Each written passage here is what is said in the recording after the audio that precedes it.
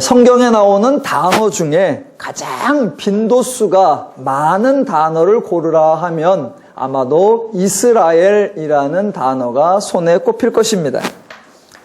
예전에 말씀드린 적이 있는데 성경에서 이스라엘이라는 표현은 매우 다양하게 사용되고 있습니다. 최소 4가지로 사용됩니다. 첫 번째는 야곱의 다른 이름이 이스라엘입니다.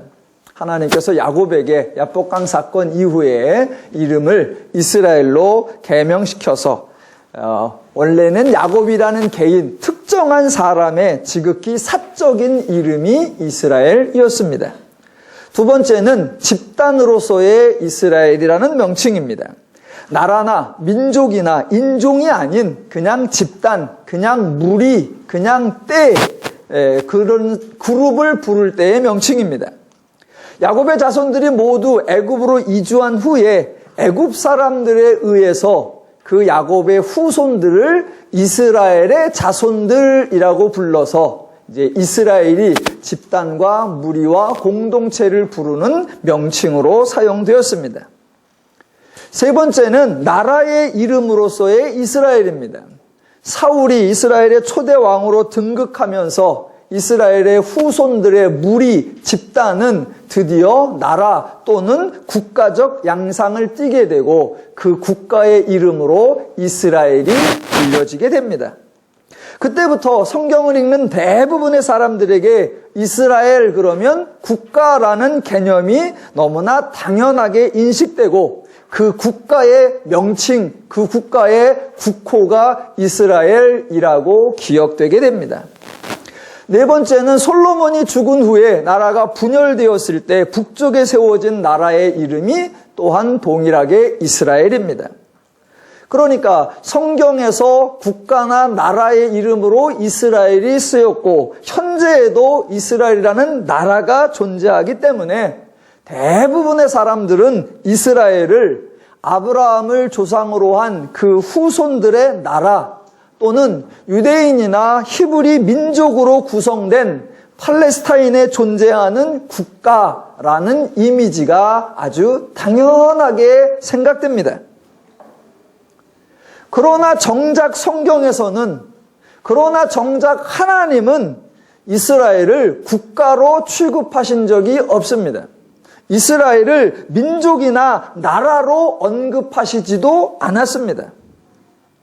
성경에 등장하는 이스라엘은 다른 나라와 대조되는 또 다른 나라로서나 또는 다른 민족과 구별되는 또 다른 민족으로서나 다른 인종과 대조되는 또 다른 인종으로서의 모임체가 아닙니다. 하나님은 인간을 국가나 민족이나 인종에 따라서 구별하시지 않기 때문입니다. 창세기에서 하나님이 인간을 창조하셔서 모든 인간이 하나님의 사랑의 대상입니다. 복과 은혜를 주실 때에도 모든 인간에게 주셨고 인간이 죄인이 되어서 모두가 멸절될 때에 하나님은 노아를 통해서 노아만 살려낸 것이 아니라 노아를 통해 인류를 보존하셨고 모든 인간이 죄인이 되어 하나님을 알지 못할 때에 하나님은 아브라함에게만 하나님을 알리신 것이 아니라 아브라함을 통하여 모든 인류에게 하나님을 알게 하셨습니다. 그래서 하나님의 대상은 언제나 모든 인류이지 특정한 국가나 특정한 민족이나 특정한 인종만 다르게 차별하여 대우하시거나 또는 그들에게만 별도의 은혜나 복을 주시는 것이 아닙니다. 하나님은 모든 인류를 대상으로 하시는데 사람들이 자꾸 혼돈하는 것이 선택 때문입니다. 모든 인류 중에 하나님께서 특별히 아브라함이라는 사람을 선택하신 적이 있습니다. 그 선택의 개념을 성경적 개념, 하나님의 의미로서 바르게 이해해야 하는데 안타깝게도 성경에 나오는 선택에 대한 개념을 유대교적 개념으로 오해하고들 계십니다. 하나님께 선택받은 사람이 아브라함이고 그 후손이 유대인들인 것은 맞습니다. 그러나 유대인들은 아브라함이 선택받은 사실, 자신들이 그 선택받은 사람의 후손이라는 사실에 대해 성경과 다른 왜곡, 성경과 다른 변질된 개념을 만들어냈습니다. 그것이 바로 하나님은 아브라함만 택했고 하나님은 자신들만 선택했다는 왜곡된 사상입니다. 그렇게 하나님이 아브라함만 선택하고 그렇게 하나님이 자신들만을 선택했다고 주장하니까 결과적으로 온 인류의 하나님은 그 순간부터 이스라엘만의 하나님으로 줄어들고 말았습니다. 오늘날 종종 사람들에게 하나님이 누구냐 그러면 유대교의 신, 여호와 누구냐 이스라엘 사람들이 믿는 신, 이렇게 기억되어져 버리게 되었습니다. 선택의 개념을 바르게 이해할 수 있는 기초는 하나님이 인류를 창조하시고 모든 인류를 동일하게 대해준다는 사실입니다.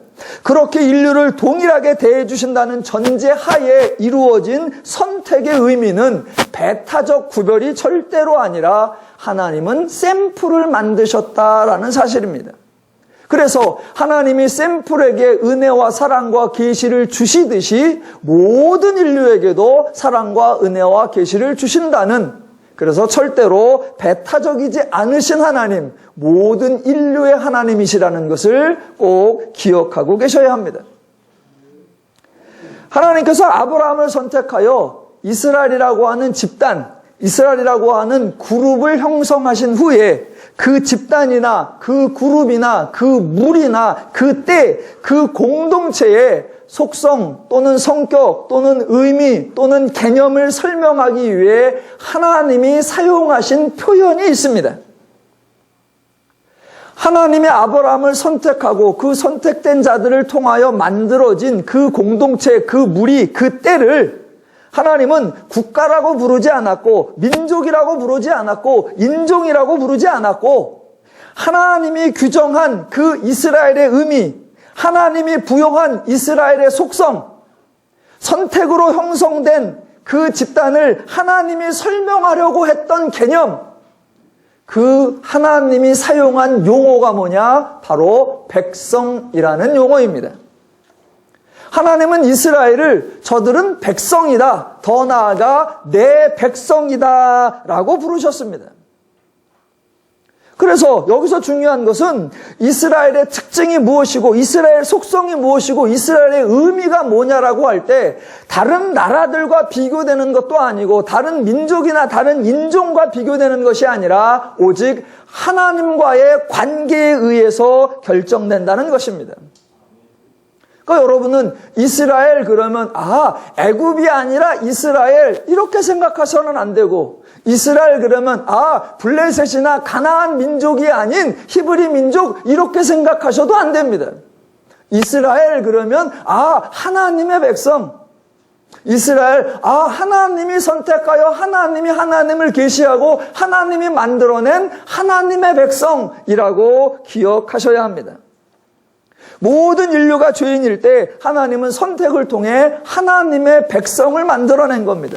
그 하나님의 백성에는 이스라엘 사람도 들어갈 수 있고 가나안 사람도 들어갈 수 있고 애굽 민족도 들어갈 수 있고 블레셋 민족도 들어갈 수 있고 모두가 다 하나님의 백성으로 포함될 수 있습니다. 하나님께서 아브라함을 선택하신 이유, 모든 인류가 죄인으로서 하나님을 모르기 때문에 하나님을 알게 하기 위한 것이었습니다. 그래서 아브라함과 그 후손인 이스라엘의 특징은 하나님을 배운 자들, 그래서 하나님을 알게 된 자들이라는 특성이 되는 겁니다. 그렇게 하나님과 관련되어 하나님의 계시를 통해 하나님을 배우고 하나님의 마음과 심정을 알게 되고 하나님의 은혜와 복을 누리며 살게 되는 사람, 그 사람들을 통틀어 뭐라고 하느냐? 하나님의 백성이라고 표현하는 것입니다. 그러니까 하나님이 선택하여 만들어낸 그 집단을 표현하는 하나님이 직접 제안하시고 하나님이 직접 부르신 명칭이 백성입니다. 백성. 가장 대표적인 구절이 신명기 7장 6절인데 너는 여호와 네 하나님의 성민이라. 네 하나님 여호와께서 지상 만민 중에서 너를 자기 기업의 백성으로 선택하셨으니입니다. 저와 여러분이 대부분의 성도들이 너무나 판에 박혀 있습니다. 이스라엘 국가, 이스라엘 유대인, 이스라엘 히브리 민족. 이제 그것을 조금 바꾸셔서 이스라엘 하나님의 백성, 이스라엘 하나님을 아는 자들, 이스라엘 하나님의 마음과 심정을 가진 자들, 이스라엘 하나님의 은혜를 누리는 자들. 그래서 이스라엘을 성격과 속성을 의미할 때 언제나 하나님과의 관계를 기준으로 한다라는 것을 기억하시기 바랍니다. 그렇게 이스라엘이 하나님의 백성이면 반대로 그 이스라엘의 주관자, 그 이스라엘의 책임자, 그 이스라엘의 통치자는 오직 하나님이십니다. 그래서 이스라엘에 하나님이 왕이시고 하나님이 주관자이시고 하나님이 통치자이시고 하나님의 백성이 이스라엘입니다. 그래서 하나님과 이스라엘이라는 관계, 그것이 성경이 하나님과 인간의 관계를 상징하는 표현입니다. 하나님이 왕이고 이스라엘이 백성이고 하나님이 주관자고 이스라엘이 백성이다라는 것을 꼭 기억하셔야 합니다. 그것을 기억하고 계셔야 실제로 구약에서 이스라엘이 나라가 되든 국가가 되든 또 영토를 차지하든 또는 왕이 세워지든 아무 상관이 없고, 정반대로 나라가 분열이 되든 포로로 잡혀가든 잡혀간 포로들이 되돌아오든 아무런 상관이 없다라는 것을 이해할 수 있습니다. 하나님과의 관계를 기준으로 삼아 놓으면 하나님이 우리의 주관자 되고 섬자자 주심이 변하지 않는 이상 인간의 이러저러한 상황과 환경이 아무리 달라져도 별 의미가 없습니다. 나라가 통일된 가운데 하나님의 보호를 받거나 나라가 분열된 가운데 하나님의 보호를 받거나 포로로 잡혀간 상태에서 하나님의 보호를 받거나 돌아온 상태에서 하나님의 보호를 받거나 상황은 별 의미가 없습니다. 하나님은 섭리자이고 책임자이시고 돌보신다. 그 백성을 돌보신다. 그 상황이 달라지지 않기 때문입니다. 그런데 사람들은 하나님과 인간의 관계를 기준으로 하지 아니하고 언제나 상황을 기준으로 판단을 합니다. 그래서 나라가 강건해졌다, 영토가 확장됐다, 국가가 세워졌다, 잘된 일이다. 나라가 분열됐다, 나라가 망했다, 포로로 틀려갔다, 큰일 났다. 성경은 그런 식의 의미를 갖지 않습니다. 다윗이 나라를 세우고 나라의 기틀을 다졌다는 업적이 하나님의 백성에게 아무 의미가 없습니다. 솔로몬이 지혜로서 이스라엘 국가의 명성을 주변에 떨쳤다는 치적이 하나님의 백성에게 아무 가치가 없습니다. 아합이 번성함으로 이스라엘의 경제적 안정을 취했다는 성과가 하나님의 백성에게 별 효력이 없습니다. 하나님이 통치자이시고 섭리자이시고 이스라엘은 하나님의 백성입니다. 어느 누구도 하나님보다 하나님 백성을 더 위해 줄 수 없고 하나님보다 하나님의 백성을 더 안정되게 할 수 없고 하나님보다 하나님의 백성을 더 책임질 수 없습니다. 그래서 하나님은 자기가 선택하여 자기가 계시하여 자기가 만들어낸 사람들을 백성이라고 하여 하나님의 책임, 하나님의 주권, 하나님의 섭리를 온전하게 드러내셨습니다. 물론 성경에 이스라엘의 흥망성쇠가 나옵니다. 어떨 땐 번성하고 어떨 땐 망하고 어떨 땐 확장하고 어떨 땐 줄어들고 여러 번의 차례가 나옵니다. 그러나 그것은 하나님이 왕으로서 백성들을 제대로 관리하지 못하고 보호하지 못하고 지켜주지 못하고 책임져 주지 못했기 때문이 절대로 아닙니다. 태초로부터 지금까지 하나님은 언제나 동일하게 역사하십니다. 하나님이 능력이 있을 때는 이스라엘이 강건하고 하나님이 무기력해지면 이스라엘이 패망하느냐? 그렇지 않습니다. 하나님이 지혜로울 때는 이스라엘이 강성하고 하나님이 조금 지혜가 지칠 때에는 이스라엘이 이방의 압제를 받은 거냐? 그렇지 않습니다.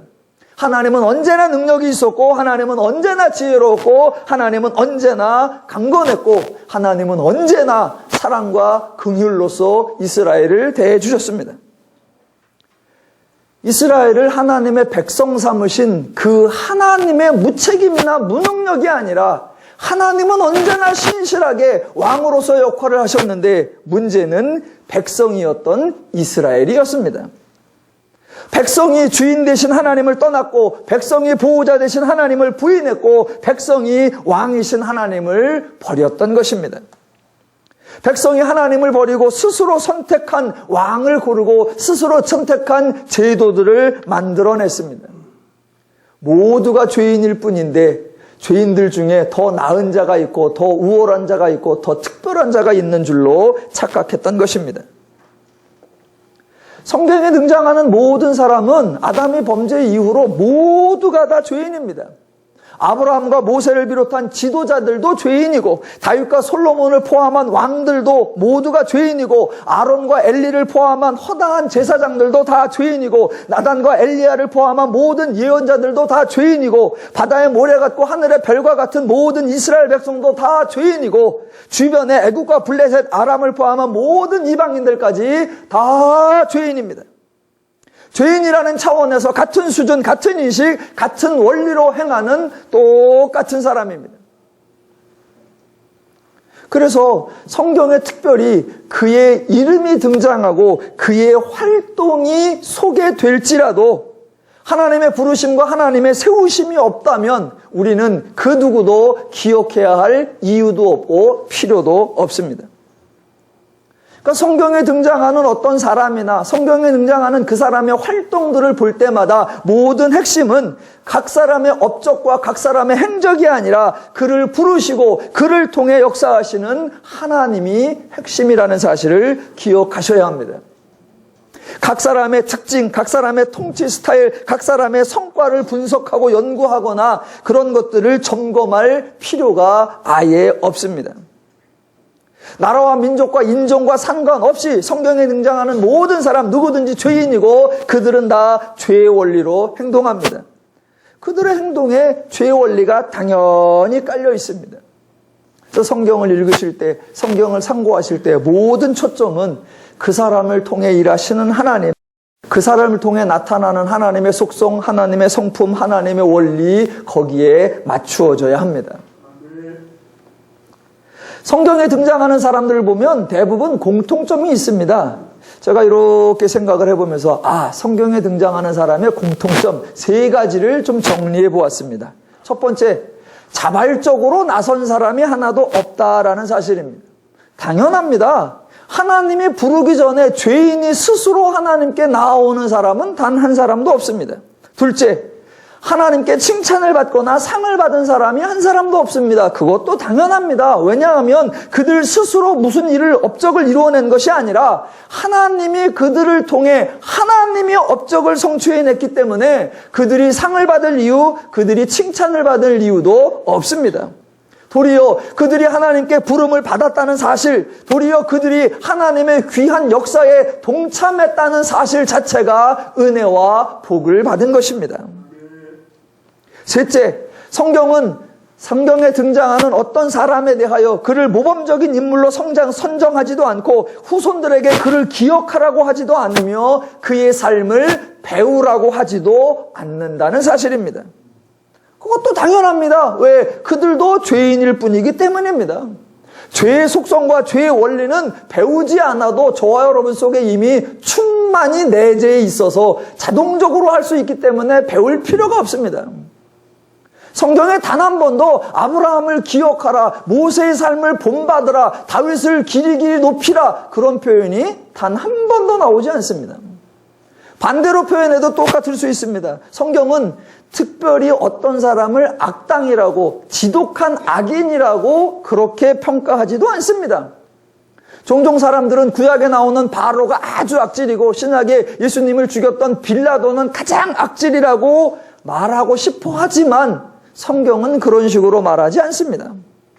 또 당연히 성경은 어떤 사람에게 특별한 저주나 특별한 재앙을 내리는 적도 없습니다. 왜요? 죄의 원리로 행하는 사람들에게는 죄의 결과가 당연히 따를 것이기 때문입니다. 또한 셋째, 성경은 어떤 사람의 예를 들어주면서 이런 사람은 악질이니까 그 사람을 따르면 안 된다, 그 사람을 본받지 마라 라는 권고도 하지 않습니다. 왜요? 죄인이 죄인의 원리를 따르지 않을 방법이 없기 때문입니다. 그래서 성경은 이 나라와 이 나라를 비교하는 거 아니고 이 사람과 저 사람을 대조하는 것도 아니고 성경에 대조가 나오는 것은 딱 하나, 하나님의 원리와 죄의 원리, 그거 하나만 대조가 되어 나옵니다. 오늘도 본문을 통해 죄인들의 원리, 죄인들의 행동과 하나님의 원리, 하나님의 행동을 한번 비교해 보겠습니다. 열왕기상 21장을 읽어보면요, 이스라엘 백성들이 왕으로부터 백성에게까지 모두가 선한 사람들, 하나님의 율법에 순종하는 사람들 같아 보입니다. 직접 읽으면서 확인을 해보겠습니다. 2절. 아합이 라호봇에게 말하여 이르되 내 포도원이 내 왕궁 곁에 가까이 있으니 내게 주어 채소밭을 삼게 하라. 내가 그 대신에 그보다 더 아름다운 포도원을 내게 줄 것이요 만일 내가 좋게 여기면 그 값을 돈으로 내게 주리라 입니다. 와우! 왕으로서 너무나 목가적이고 자연 친화적이고 백성 우호적입니다. 이 절을 읽어보면 어디에도 왕이 권세자다운 위세가 없고 폭력이나 강압의 그림자도 전혀 없습니다. 백성을 조용히 불러서 자기의 의견을 제안하고 충분한 보상을 해주겠다고 친절하게 말합니다. 그랬더니 3절. 나봇이 아합에게 말하되 내 조상의 유산을 왕에게 주기를 여호와께서 금하실지로다 하니입니다. 여기도 와우! 왕의 백성을 이렇게 거절할 수 있는 백성의 소신이 드러나 있고, 게다가 단지 개인적 의견이 아니라 여호와의 심중까지 헤아리는 매우 신중한 백성의 모습이 등장합니다. 게다가 4절. 이스라엘 사람 나봇이 아합에게 대답하여 이르기를 내 조상의 유산을 왕께 줄 수 없다 하므로 아합이 근심하고 답답하여 왕궁으로 돌아와 침상에 누워 얼굴을 돌리고 식사를 아니하니. 와우! 왕이 이렇게 새가슴이라니. 백성의 말을 듣고 전전긍긍하는 왕의 모습, 아마 인류 역사에 보기 드문 명장면일 것입니다. 왕이 이렇게 백성에게 자상하게 대하고 백성이 왕에게 이렇게 당당하게 반응할 수 있는 이런 나라, 필경 지상낙원이 분명할 것입니다. 성경의 앞뒤 흐름을 파악하지 못하면 21장 1절로 4절까지는 오해하기에 안성맞춤입니다. 그런데 불과 서너 장 앞에 엘리야가 등장하던 17장부터만 살펴보아도 이스라엘은 왕으로부터 백성까지 온통 바알을 섬기는 일에 열중을 했었습니다. 게다가 왕은 여호와의 선지자들을 찾아다니며 찾아서 죽이기까지 했고, 백성들은 갈멜산 앞에 서서도 바알이나 아합을 버리기를 주저하며 망설이기까지 했었습니다. 또 20장에서 하나님께서 아람과의 2번의 전쟁을 통해 친히 하나님을 계시하면서 너희는 내가 여호와인 줄 알라라고 권고하셨지만 왕도 백성도 하나님을 전혀 배우지 않았었습니다. 그런데 갑자기 21장에서 백성들은 여호와를 운운하고 왕도 백성이 언급한 여호와 때문에 나봇을 제어하지 못하고 혼자 침상에 누워 얼굴을 돌리고 식사를 아니할 정도로 매우 경건합니다. 5절과 6절은 독자들을 오해하게 만드는데 부족함이 없습니다. 5절. 그의 아내 이세벨이 그에게 나와 이르되 왕의 마음에 무엇을 근심하여 식사를 아니하시나이까? 입니다. 와, 이렇게 세심하고 따스한 왕비일 수가. 왕의 심기까지 고려하는 너무나 심성 고운 국모 같아 보입니다.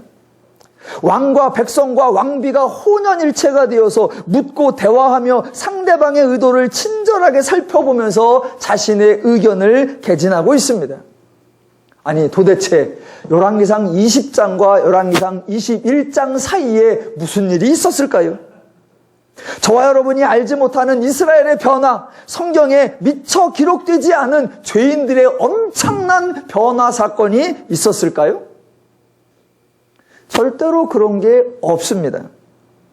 여러분은 성경을 읽으시다가 분명히 조금 아까까지 죄인이었는데 느닷없이 죄인들이 거룩한 말을 하거나 우아한 말을 하거나 신실한 말을 할 때에는 곧이곧대로 받아들여서는 안 되고, 저들이 무슨 쇼를 벌이는 것은 아닌지, 어쩌면 더 사악한 음모를 감춘 채 교활한 말장난을 하고 있는 것은 아닌지 의심해 보셔야 합니다. 드디어 7절부터 어마무시한 반전이 시작됩니다. 아합이나 나봇이나 또 이 사람들은 다 이스라엘 사람들입니다. 비록 실제로는 여호와를 잘 믿지도 않고 하나님의 말씀을 따르지도 않지만 외형적으로는 하나님의 백성입니다.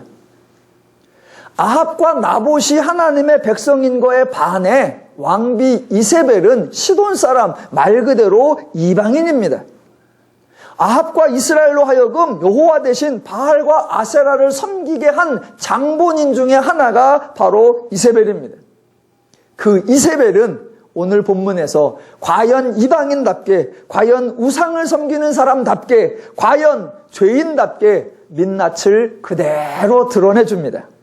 자, 지금부터 이세벨이 보여주는 죄인의 원리 7절. 그의 아내 이세벨이 그에게 이르되 왕이 지금 이스라엘 나라를 다스리시나이까? 일어나 식사를 하시고 마음을 즐겁게 하소서. 내가 이스라엘 사람 나봇의 포도원을 왕께 드리리이다 하고입니다. 아합 왕이 나봇에게 요청했다가 거절당하고 근심하고 답답하여 누워서 식사를 아니하는 모습을 보면서 이세벨 생각은 아니 지금 당신이 왕입니까? 당신의 그러한 꼴이 나라를 다스리고 있는 사람의 모습이 맞습니까? 라고 묻는 겁니다. 이세벨 생각은 왕은 저렇게 통치를 해서는 안 된다는 겁니다. 죄의 원리, 죄의 기준, 죄의 인식, 죄의 방법에 근거할 때 왕은 이렇게 나약하게 행하는 것이 아니라는 것입니다. 왕은 백성과 같은 수준이 아니며 왕은 백성에게 부탁하는 것이 아니며 백성은 왕의 요구를 거부해서는 안 된다는 생각입니다. 왕은 말대로 왕으로서 지배하고 통치해야 한다는 사고방식을 보여주고 있습니다. 그러한 생각을 가진 이세벨의 통치 전략이 뭐냐? 8절로부터 10절입니다. 잘 들어보시기 바랍니다. 아합의 이름으로 편지를 쓰고 그 인을 치고 봉하여 그의 성읍에서 나봇과 함께 사는 장로와 귀족들에게 보내니 그 편지 사연에 이르기를 금식을 선포하고 나봇을 백성 가운데 높이 앉힌 후에 불량자 두 사람을 그의 앞에 마주 앉히고 그에게 대하여 증거하기를 내가 하나님과 왕을 저주하였다 하게 하고 곧 그를 끌고 나가서 돌로 쳐 죽이라 하였더라입니다. 이렇게 하는 것이 이세벨의 통치, 이렇게 하는 것이 죄인들의 통치 방식이라는 주장입니다. 왕이 목접한 바가 있으면 백성의 눈치를 봐서는 안 되고 왕이 뜻한 바가 있으면 백성과 타협해서도 안 된다는 겁니다. 왜? 왕이 백성의 눈치를 보고 왕이 백성의 의견을 물어보면 백성들이 왕을 깜본다는 겁니다. 더 나아가 왕이 목적한 바가 있으면 무슨 수를 써도 상관이 없다는 겁니다. 조작을 해도 되고 술수를 써도 되고 거짓과 불의를 해도 상관이 없다. 그것이 이세벨이 보여주는 왕의 인식, 이세벨이 보여주는 죄인들이 생각하는 통치의 인식입니다. 그렇게 생각하고 있는데 아합이 근심하고 걱정하고 누워서 식사를 안 하고 있습니다. 하도 답답해 보이니까 그게 나라를 다스리는 겁니까? 라고 내질렀습니다. 자, 지금 성경에서 이세벨을 악인으로 몰아세우는 것이 절대로 아닙니다. 성경이 지금 왜 이세벨을 등장시키는지를 잘 이해하셔야 합니다. 성경은 이세벨을 통해 죄인들의 교활함을 우리에게 드러내줍니다. 자, 얼핏 생각하면 오늘 본문 중에 가장 악질이 이세벨 같아 보입니다. 그러나 실제로는 오늘 등장하는 사람들 중에 그래도 가장 인간적인 사람, 그래도 가장 솔직 담백한 사람, 그래도 가장 자신의 속내를 있는 그대로 드러내는 사람이 바로 이세벨입니다.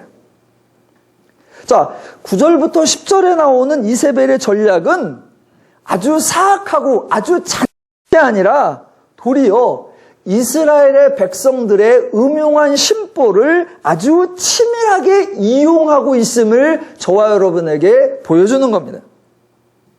만약 이세벨이 포도원을 왕에게 주고 싶으면 당장 사람 보내서 확 죽여버리면 됩니다. 그런데 이세벨은 막무가내로 나봇을 잡아 죽인 것이 아닙니다. 이세벨은 무지막지하게 왕의 권세를 남용한 것도 아닙니다. 이세벨은 대놓고 백성의 인권을 무시하고 마구잡이로 하고 싶은 대로 절대로 그렇게 한 게 아닙니다. 오늘 본문에서 이세벨은 우리말 옛날 속담에 뛰는 놈 위에 나는 놈이 있다라는 말이 있는데 그거를 그대로 보여주는 겁니다. 그러면 누가 뛰는 놈이고 누가 나는 놈이고 도대체 뛰고 나는 게 어떻게 내재되어 있나 한번 파헤쳐 보겠습니다. 자, 얘기는 2절부터 시작이죠. 아합이 나봇에게 포도원을 달라라고 요청을 했는데 나봇이 주지 않겠다라고 거절을 했습니다. 근데 거절을 할 때 나는 안 줍니다라고 한 게 아니라 아주 멋있는 명분을 내세웠습니다. 그 명분이 뭐였냐면 내 조상의 유산을 왕에게 주기를 여호와께서 금하실지로다 였습니다. 그러니까 나봇은 포도원을 안 주는 근거, 안 주는 이유, 안 주는 명분을 누구 때문이냐? 그건 여호와께서 금하신다. 여호와의 뜻이 그게 아니다. 여호와의 규례가 그게 아니다. 여호와의 명령이 그게 아니다. 라고 분거를 댄 겁니다. 자, 아합이 근심하고 있으니까 이세벨이 남편한테 물었죠. 아니 도대체 왜 그러냐? 아합이 대답하기를 달라 그랬더니 나봇이 여호와께서 금하신다 그러면서 안 주잖아. 여호와께서 금하신다는 걸 내가 어떻게 라는 식으로 대답을 할 때 이세벨이 그 대답을 듣고 매우 어이가 없었던 겁니다. 왜냐하면 그동안 왕과 즉 아합 왕과 이스라엘 사람들이 하나님을 믿지 않고 하나님의 계명을 따르지 않고 아예 하나님은 염두에 두지도 않은 것을 뻔히 알고 있는데 갑자기 여호와를 운운하는 것이 왕에게 주기는 싫은데 안 줄 수는 없으니 어떻게든 안 줄 수 있는 명분을 갖다 붙인 게 여호와께서 금하신 거로다 라는 것을 이세벨이 다 눈치챈 겁니다. 그러니까 그렇게 여호와께서 금하십니다 라고 말할 정도로 평상시에 여호와를 생각하고 여호와의 말씀과 여호와의 규례를 지켰느냐? 안 그랬어요. 아무도 안 그랬는데 갑자기 여호와께서 금하실 겁니다 라고 해. 그러니까 또 왕도 여호와께서 금하시는 건 어쩔 수 없다 그러고 있어. 저것들이 언제부터 여호와를 믿었다고, 저것들이 언제부터 말끝마다 여호와요? 아이고 주기 싫으니까 별 핑계를 다 대네. 그 속내를 다 아는 겁니다. 그래서 이세벨은 지금 자신이 나봇을 죽이고 포도원을 빼앗아도 되는데 그렇게 직접 죽이지 않고 나봇이 사는 지역의 장로들과 귀족들에게 편지를 써서 상황을 조작하게 합니다. 그때 이세벨이 조작하는 내용이 그냥 밑도 끝도 없이 조작을 하는 것이 아니라 이스라엘 사람들의 교활한 속내를 이용하고 그들의 그 음흉한 속내를 다 까발려주는 그런 조작을 하게 됩니다. 자, 나봇이 뭐라고 핑계를 대느냐? 여호와께서 금하실지로다. 즉 여호와를 운운했습니다. 여호와를 핑계댔습니다. 그러니까 이세벨이 상황을 조작할 때 여호와를 온전하게 써먹습니다. 니들이 여호와를 기억하고 여호와의 말씀을 따라? 좋아. 그러면 진짜로 그렇게 한번 하나 보자. 그렇게 술수를 쓰는 겁니다. 지금 나봇이 사는 동네의 장로들과 귀족들은 나름 이스라엘의 지도자들입니다. 그렇게 이스라엘의 지도자들인데 이세벨의 조작 지시가 떨어지자 전혀 거부하지 않습니다. 여호와를 운운하던 사람들이었는데 이세벨의 거짓, 이세벨의 불의 조작에 단 한마디도 저항하지 않습니다. 무고한 백성을 죽일 수 없습니다. 그런 말도 하지 않고 불의한 행동을 해서는 안 됩니다. 그런 말도 하지 않습니다. 여호와를 운운하던 사람들인데 여호와의 뜻과 다른 지시가 내려와도 전혀 여호와를 말하지 않습니다. 더 나아가 이세벨은 나봇을 죽이라고 하는 그 조작에 여호와를 활용하고 여호와를 써먹기까지 하라고 제안을 합니다. 단순히 사람을 죽이는 정도가 아니라 그 죽이는 명분으로 여호와를 써먹는 겁니다. 그런데 장로들과 귀족들은 전혀 망설임이 없고 주저함이 없습니다. 나봇을 불러다 놓고 증인을 데려다 놓고 나봇이 여호와와 왕을 멸시했다 이런 말을 했다라고 거짓을 하라라고 조작하는데 장로들과 귀족들은 여호와의 이름을 망령되이 일컫는 것은 여호와께서 금하시는 바로다 그런 의견을 내놓지 않습니다. 여호와의 계명 중에 거짓 증거하지 말라는 뜻이 있다. 그러니까 우리가 거짓 증거하는 것은 여호와께서 금하실 거다. 이런 말도 한마디도 하지 않습니다. 아니 조금 아까까지는 포도원 거래하는 거 그거 여호와께서 금하실 겁니다. 그렇게 여호와의 말씀을 잘 들었으면 여호와를 저주하였다 그런 말을 하라라고 할 때 여호와의 이름을 그렇게 망령되이 일컫는 거 금하실 거고 거짓 증인 세우는 거 여호와께서 금하실지로다 해야죠. 근데 안 해요. 더더욱 기가 막힌 건 11절입니다. 자, 11절. 그의 성읍 사람 곧 그의 성읍에 사는 장로들과 귀족들이 이세벨이 지시 곧 그가 자기들에게 보는 편지에 쓴 대로 하여 금식을 선포하고 나봇을 백성 가운데 높이 앉히매입니다. 더 나아가 때에 불량자 두 사람이 들어와 그의 앞에 앉고 백성 앞에서 나봇에게 대하여 증언을 하여 이르기를 나봇이 하나님과 왕을 저주하였다 하며 무리가 그를 성읍 밖으로 끌고 나가서 돌로 쳐 죽이고입니다. 자, 지금 11절, 12절, 13절이 너무너무 기가 막힙니다. 왜 기가 막히냐면 보세요. 지금 이스라엘 장로들과 이스라엘 귀족들이 여호와의 말씀을 어기는데 그냥 여호와의 말씀을 어기는 게 아니라 여호와의 말씀을 어기는 데에 여호와의 율법과 여호와의 제도를 활용하고 있다는 겁니다. 자, 눈치채셨습니까? 두 가지가 나오는데, 자, 첫 번째가 뭐냐? 자, 여호와의 말씀을 어기는 것도 문제인데, 여호와의 말씀을 어기는 거에 여호와의 계명, 여호와의 율법, 여호와의 말씀을 써먹는다는 거예요. 첫 번째가 뭐냐? 바로 금식입니다. 금식.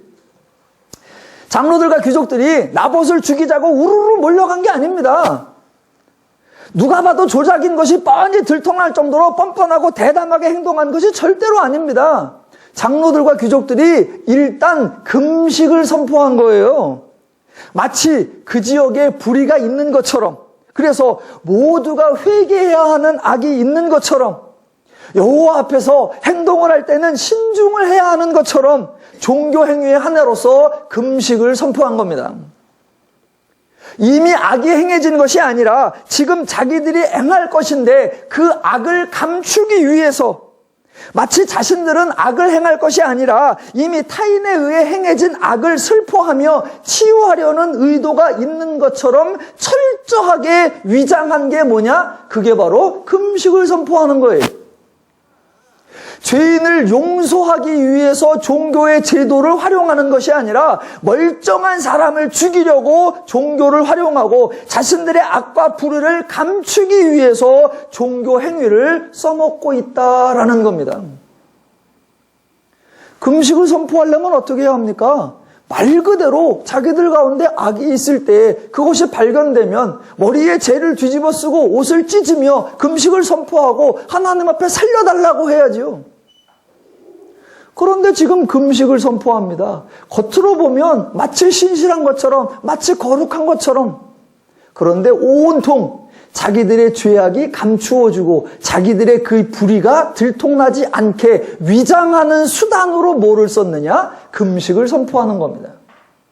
두 번째, 여호와의 말씀을 어기는데 거기에 여호와의 규례를 갖다 활용한다는 거예요. 그 두 번째가 뭐냐? 바로 재판입니다. 나봇을 그냥 죽이는 게 아니라 정당한 절차, 재판이라는 절차를 가져가는데 그 재판 절차도 철저하게 하나님의 규례대로 한다는 겁니다. 신명기 19장 15절을 보면 재판에 대해서 이렇게 나옵니다. 사람의 모든 악에 관하여 또한 모든 죄에 관하여는 한 증인으로만 정할 것이 아니요 두 증인의 입으로나 또는 세 증인의 입으로 그 사람을 확정할 것이며 라고 나옵니다. 그러니까 지금 이스라엘과 장로들은 여호와의 뜻과 완벽하게 반대되는 행동을 하기 위해서 겉으로는 여호와의 명령과 일치되는 조치를 따르고 있는 겁니다. 멀쩡한 사람을 죽이기 위하여 재판을 열고 그 재판에 여호와의 규례대로 2명을 증인을 세워서, 그러니까 여호와의 규례로 여호와의 말씀을 어기고 있는 겁니다. 과정만 보면 철저하게 하나님의 계명을 준수하는 것 같은데 내용을 보면 여호와의 계명과는 완전히 다른 겁니다. 지금 이게 나봇과 그 지역에 살고 있는 장로들과 귀족들이 한 짓입니다. 여러분, 나봇은 여호와를 그래도 잘 따랐는데 장로들과 귀족들은 여호와를 따르지 않았다. 그게 아닙니다. 나봇이나 장로들이나 귀족들이나 다 똑같은 겁니다. 그래도 3절에서 나봇은 여호와께서 금하실 거라라 그렇게 말했지 않습니까? 그랬는데 장로들과 귀족들은 자신들의 상황이 불리해 오니까 그냥 한 거 아닙니까? 아니요. 나봇도 여호와의 뜻을 따르겠다는 의도가 없습니다. 다만 포도원을 뺏기기 싫으니까 자기가 될 수 있는 명분이 왕 앞에 어떻게 버텨? 그러니까 자기 이익을 뺏기지 않으려고 팔아먹은 명분이 여호와께서 금하실지로다 이었던 거고, 장로들과 귀족들로 이세벨의 지시를 어겼다가는 자기들에게 어떤 불의가 올 줄 모르니까 그 자기들의 불의를 어떻게든 감추려고 또 여호와의 이름을 써먹은 겁니다. 결국 나봇이나 장로들이나 귀족들 모두가 애초부터 하나님의 뜻에 관심이 없고 여호와의 말씀을 지킬 생각도 없습니다. 단지 자신들의 목적이 있을 경우, 자신들의 의도가 있을 경우에만 여호와를 운운할 뿐입니다. 여호와가 그런 말씀을 왜 하셨는지, 여호와가 그런 제도를 왜 세우셨는지, 여호와가 그런 계명을 왜 주셨는지 알고 싶어 하지도 않고 궁금해하지도 않습니다. 그저 자기들의 필요에 맞추어 여호와의 말씀을 왜곡하고 자신들의 뜻에 맞게 여호와의 말씀을 변질시키고 있습니다. 그러니까 겉으로 보면 장로들과 귀족들은 종교적 행위로 금식을 선포했고, 종교적 행위로 재판을 열었고, 종교적 행위로 증인을 2사람 세웠습니다. 겉으로 보면 가장 종교적으로 행하였고 하나님 말씀을 그대로 따른 겁니다. 그런데 실제적으로 내용적으로 가보면 저들의 모든 종교적 행위는 하나님과 무관했고 말씀과 무관했고 종교도 무관했고 그저 종교적 쇼에 불과했습니다. 그렇게 한편의 멋진 종교쇼를, 금식도 하고 재판도 하고 증인도 세우는 버라이어티 종교쇼를 딱 행한 후에 나봇은 돌로 쳐 죽이고 그 결과를 이세벨에게 보고하는 것이 바로 14절 15절입니다. 이세벨에게 통보하기를 나봇이 돌에 맞아 죽었나이다 하니입니다. 여러분, 그 보고를 들은 이세벨이 무슨 생각이 들겠습니까? 이스라엘의 장로들과 귀족들은 하나님 말씀대로 하는구나, 하나님의 규례를 잘 따르는구나 존중할까요? 매사에 여호와의 기준, 여호와의 방법, 여호와의 원리를 고민하며 그 모든 순서 절차마다 여호와의 질서를 따르는구나, 정말 대단한 사람들이다 라고 존중했을까요? 아니면 정반대로 아이고 자기 포도원 지키려고 여호와의 이름을 운운하고 이방인인 내 지시를 따르려고 여호와의 종교를 조작하고 여호와의 계명을 따르는 척하면서 모든 여호와의 뜻을 어기는 그들의 위선을 보면서 비웃고 조롱했을까요? 아마 제 생각은 이세벨은 여호와를 운운하는 이스라엘 사람들이 한없이 가소로웠을 것입니다. 차라리 이방인인 자기가 이스라엘보다 덜 가식적이고 속임수를 덜 쓰는 사람이라고 당당하게 여겼을 겁니다. 지금 오늘 본문은 이방 여인 시돈 사람 죄인인 이세벨을 통해 하나님의 백성이라는 이스라엘의 위선과 불의를 적나라하게 까발려 주고 있는 것입니다. 그럼 혹시 나봇의 포도원을 강제로 빼앗으려고 했던 장본인은 아합이었는데 아합은 어떤 심정이었고 아합은 무슨 행위를 했습니까? 궁금해하실 분도 있을 겁니다. 제가 아주 자세히 아주 리얼하게 설명을 드리겠습니다. 자, 16절로 보면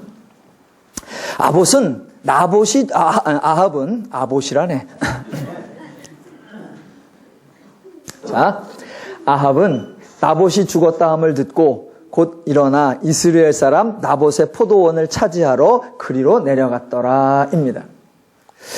과연 아합이 나봇에게 무슨 일이 일어났는지를 모를까요?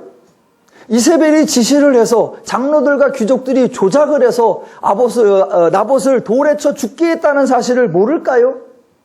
아니요. 아합 왕은 다 알고 있습니다. 물론 본문에는 아합의 특별히 악한 행동이 나오지 않습니다. 오늘 본문에는 그저 아합이 매우 소심하고 매우 신중한 사람처럼 여겨집니다. 아까 4절에 보니까 뭐라고 했어요? 근심하고 답답하여 왕궁으로 돌아와 침상에 누워 얼굴을 흘리고 식사를 아니하였다라고 합니다. 그렇다고 아합이 직접 나봇을 죽이려고 사건을 조작하거나 아니면 이세벨을 불러서 나봇을 죽여달라고 사주를 하지도 않았습니다. 이세벨이 당신이 이게 나라를 다스리는 게 맞습니까? 라고 닥달을 할 때에도 6절에서 이세벨에게 매우 심약한 듯 아까 했던 말을 그대로 대답할 뿐이었습니다. 그렇다면 아합은 별다른 악행이 없었을까요? 오늘 본문 중에서 만약 가장 악한 놈을 뽑으라 그러면 저는 주저없이 아합을 뽑을 겁니다. 가장 교활한 놈을 뽑으라 그러면 저는 지체없이 아합을 뽑을 겁니다. 가장 치사한 놈을 뽑으라 그러면 신속하게 아합을 뽑을 겁니다. 아합이 얼마나 악하고 얼마나 교활하고 얼마나 치사한지 아주 리얼하고 아주 적나라하게 파악이 됩니다. 자, 저는 21장 1절로 16절의 본문을 읽으면서 설교 준비를 하면서 저라는 사람과 그냥 개인적으로 저라는 사람과 아주 똑같은 심보, 저와 아주 유사한 행동을 하는 사람을 한 명 발견했습니다. 평상시 제가 갖고 있는 마음과 제가 행하는 태도, 그것과 아주 정확하게 일치하는 사람을 오늘 본문에서 한 사람 발견했습니다. 그게 누구냐? 바로 아합입니다. 저는 이 본문을 읽으면서 내가 매우 교활하고 내가 매우 치사하고 내가 아주 음흉하고 내가 아주 못됐구나, 그거를 발견했습니다. 왜 그러냐면 이 본문을 읽으면서 평상시에 제 아내가 저한테 자주 했던 말이 있었습니다. 그 했던 말이 아주 새록새록 기억이 나며 그 말을 정확하게 이해할 수가 있었습니다. 평상시 저의 아내가 저에게 하는 말 중에 자주 하는 말이 이겁니다. 아주 지는 선한 역할만 해요. 아주 지는 악한 역할은 다 옆 사람에게 떠넘기지 자기는 그저 착하대지. 그런 말을 자주 했습니다. 저는 그 말이 저희 한 사람이 저에게 어거지 쓰는 거라고 늘 잡아쳤습니다. 어떻게 말을 그렇게 하냐? 사람을 그렇게 몰아세우는 게 아니더라고. 전혀 동의하지 않았습니다. 그렇게 억지 쓰는 당신이 너무한 거다라고 했습니다. 그런데 오늘 본문을 보면서 그 말뜻을 완벽하게 이해할 수가 있었습니다. 여러분, 아합은 여호와를 두려워한 것도 아니고 여호와의 말씀을 따르려고 순종한 것도 아닙니다. 아합은 당장이라도 포도원을 차지하고 싶었습니다. 그런데 왕의 채통을 생각했고 왕의 명분을 생각했습니다. 그래서 당장 가지고 싶어 했지만 그래도 근심하며 답답해하는 모습을 보이고 침상에 누워 얼굴을 돌리고 식사를 아니하는 모습을 의도적으로 취한 것입니다. 누구 보라고? 이세벨 보라고. 왜요? 아합은 이세벨의 성격을 아니까. 누구보다도 이스라엘의 기질과 이세벨의 성격을 너무나 잘 아니까. 자기가 그렇게 근심하고 답답해하는 것처럼 자기가 돌아 누워 있으면서 자기가 식사를 아니하고 있으면 이세벨이 어떻게 행동할지 뻔히 아니까 이세벨을 잘 활용하면 자기는 전혀 악역을 맡지 않아도 자신이 원하는 것을 모두 가질 수 있으니까. 그게 아합의 교활하고 음흉한 아주 치사하고 악랄한 심보입니다. 과연 자기 의도대로 이세벨이 조작을 계획했고 이세벨의 의도대로 장로들과 귀족들이 종교 쇼를 진행했습니다. 자, 장로들과 귀족들이 나봇을 죽였다는 소식을 이세벨에게 전달했고 그 소식을 이세벨이 아합에게 전달했습니다. 모든 것이 아합의 의도대로 이루어졌습니다. 그래서 아합은 16절에서 겉으로는 마지못해 하는 듯 어차피 된 일이라 피할 수 없다는 듯 자기가 하자는 대로 했으면 좋았을 것이라는 듯 나봇의 일은 참으로 안 됐다는 안타까운 표정을 지으면서 속으로는 땅 짚고 헤엄쳤다라는 마음으로 유유히 포도원을 차지하러 내려갔던 것입니다. 그러니까 오늘의 본문은 다양한 죄인들의 서로 교활한 음모를 감추고 있고 서로 그 교활한 음모를 써먹어가면서 모두가 죄를 짓는 죄인들의 열전을 보여주고 있습니다. 모든 죄인들이 서로 자신의 목적을 위해 얼마나 교활하게 행동하고 있는지를 리얼하게 보여주고 있습니다. 저는 이신직고를 했습니다. 제가 아합 같은 사람이라고. 여러분 누구입니까? 저는 제가 아합 같다고 했지 제 안사람이 이세벨 같다라고는 말한 적이 없습니다. 저는 분명히 밝힙니다. 저만 아합 같았다라는 거예요.